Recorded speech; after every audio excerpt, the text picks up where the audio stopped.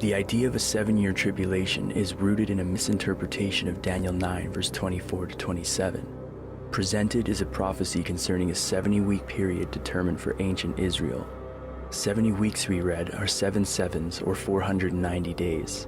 The day-for-year concept must be applied here as we're dealing with prophetic days and the presence of a Jubilee calendar.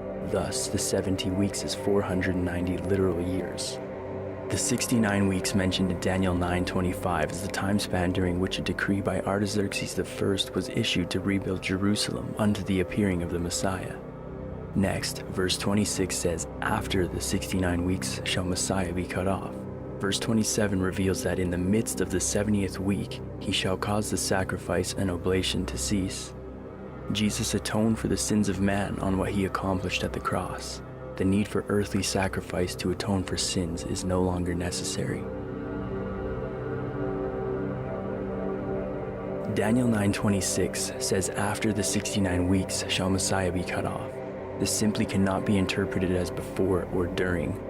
Those who teach the 7-year tribulation say that Messiah was cut off in or during the 69th week. Again, a misinterpretation of verse 26, which clearly says after the 69 weeks Christ would be cut off. The 70th week immediately follows the 69th week, and verse 27 shows that Jesus perfectly fulfilled that prophecy by being cut off in the midst of the final week. Basic chronology shows that a 7-year period of the 70th week cannot be placed at the appointed time of the end, and the idea of a 7-year tribulation does not hold up. It is also important to note that the use of the word covenant, as in confirming a covenant with many, is only used in Scripture when dealing divinely with God the Father or Jesus the Son. This part of the verse has absolutely nothing to do with the Antichrist at a future date. The common understanding has been that the 70th week immediately follows the 69 weeks, and again, this prophecy was fulfilled at the cross. The 70th week didn't simply stop there, for the disciples continued their ministry. However, it was Christ being cut off in the midst of the week where the true prophecy is fulfilled.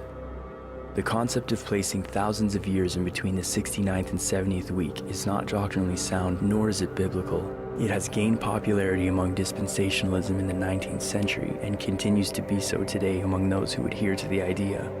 This 70th week gap is supposedly a time span between the time of Christ until a so-called rapture.